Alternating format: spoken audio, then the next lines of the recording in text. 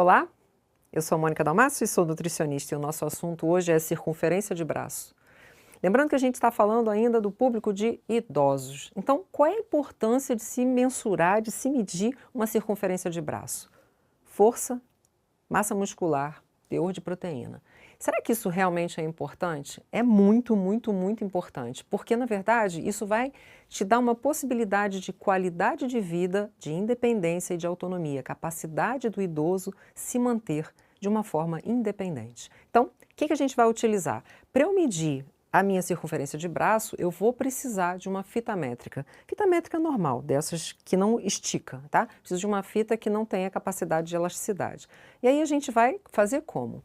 Maneira de coletar qualquer tipo de informação é sempre do lado do corpo não dominante. Então, por exemplo, se eu escrevo com a mão direita, eu vou medir no braço esquerdo. Se o meu paciente é canhoto, eu vou medir do lado direito. Então, sempre o braço não dominante, porque aí a gente vai ter uma noção realmente do corpo, da quantidade de massa muscular, de força, de proteína, do lado que a gente não utiliza tanto, ok? Então, primeira informação que a gente vai usar, eu vou ter que medir. Como que a gente mede? Sabe essa pontinha aqui do osso que chama acrônimo? A gente vai medir do acrônimo aqui até a ponta do cotovelo.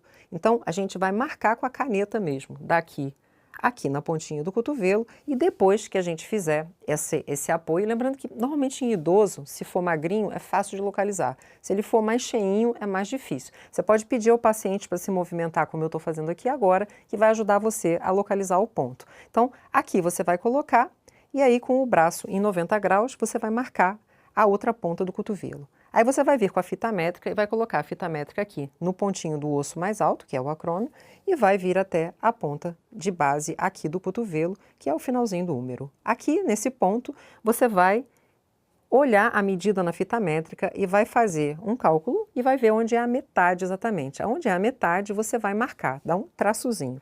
Ali naquele traçozinho, você pede ao paciente para novamente esticar o braço, os dois braços, ficar ereto e olhar para frente, e aí sim você vai medir aquele ponto onde você marcou, você vai fazer a circunferência do braço, lembrando sempre que é o braço não dominante, e que o braço não vai estar dobrado quando você for fazer, você vai estar com o paciente já com o braço esticado. E aí você vai medir do acrônimo ao olecano, marcar a metade, e depois que você marcar a metade, você vai marcar a circunferência do braço.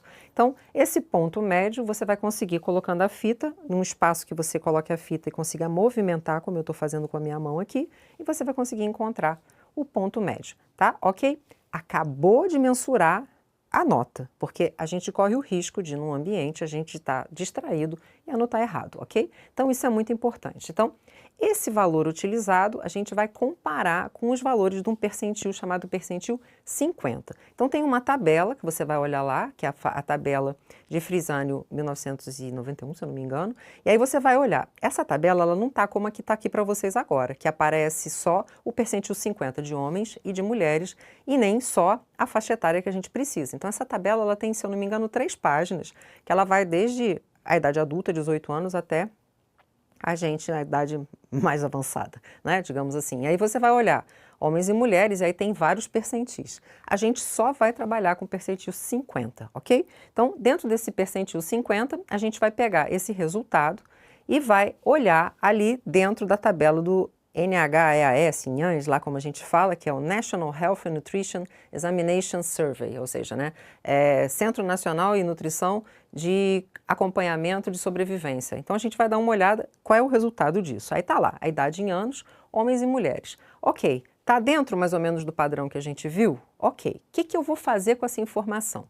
Depois que eu aferi o percentil, comparei dentro lá, coletei o dado dentro do meu paciente, comparei o meu paciente dentro da tabela. Agora eu preciso saber se ele está ou não adequado. E aí que a gente faz um pequeno cálculo, bem simples, nada demais, ok?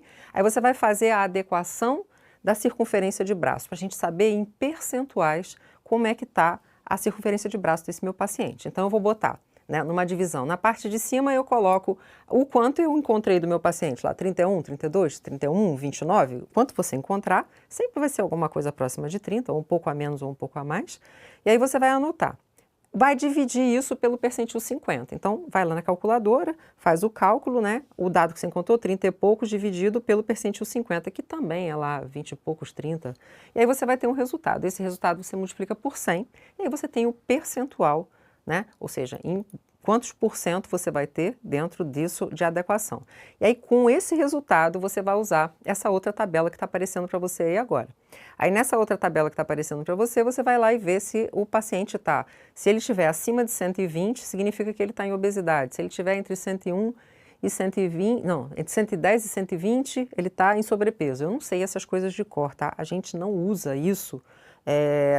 Eu, pelo menos, como nutricionista, eu não uso essas informações como decoreba, ok? A gente consulta a tabela, de tanto olhar, depois com prática, alguns você memoriza, mas não tem a obrigação de memorizar essas faixas, ok? E mesmo quando você vai fazer um concurso e tudo, normalmente essas informações dessas tabelas, elas vêm. A gente só precisa saber utilizar e fazer os cálculos, ok? Então, a gente vai utilizar a tabela e a gente vai dar uma olhadinha em como está esse resultado. Então, em cima desse resultado, a gente vai olhar, né, se ele está dentro ou não está dentro, se ele está em sobrepeso ou em obesidade, e aí vamos fazer o que com essa informação? Em cima dessa informação, a gente vai observar se esse paciente está ou não está adequado. Então, ele está em baixo peso? Ele está em sobrepeso? Ele está em obesidade? Normalmente, idosos em hospital, idosos já acamados, idosos com alguma patologia, estão em baixo peso ou eutróficos.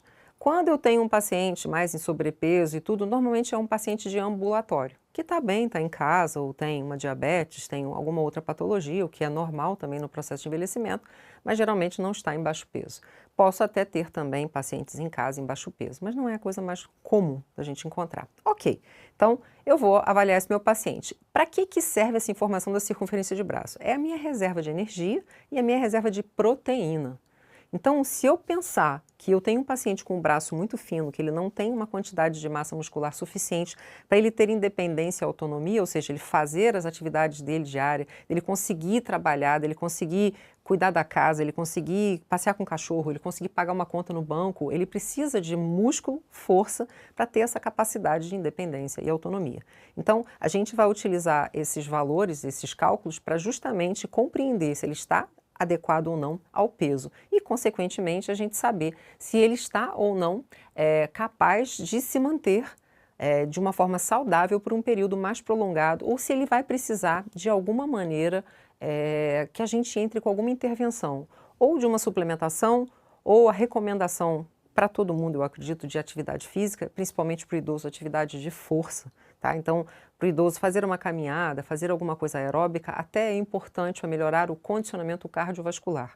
Mas é primordial para a qualidade de vida a atividade de força, né? Então é a musculação, é o exercício do pilates, são exercícios que a gente consegue melhorar a coordenação e ganho de massa muscular, porque com isso a gente consegue saber como é que está a qualidade e a saúde desse meu paciente. Lembrando que esse paciente, ele tem uma tabela para masculino e feminino, tá? Sempre usando o percentil 50 e fazendo, a gente vai conferir se está dentro do parâmetro mais ou menos, né, da tabela de sobrevivência lá, da NIANS lá que a gente utiliza, ou a gente vai também observar qual é o resultado dele já em cima realmente dos dados que a gente coletou e depois a gente vai dar outra tabela e a gente vai fazer o cálculo para ver como é que está a adequação desse meu paciente em percentuais. E aí, com essa medida, a gente vai, então, comparar homens e mulheres, vou ver se meu paciente é masculino ou feminino e vou ter o meu resultado. Resultado esse que eu vou utilizar para acompanhar se eu preciso suplementar, aumentar a proteína,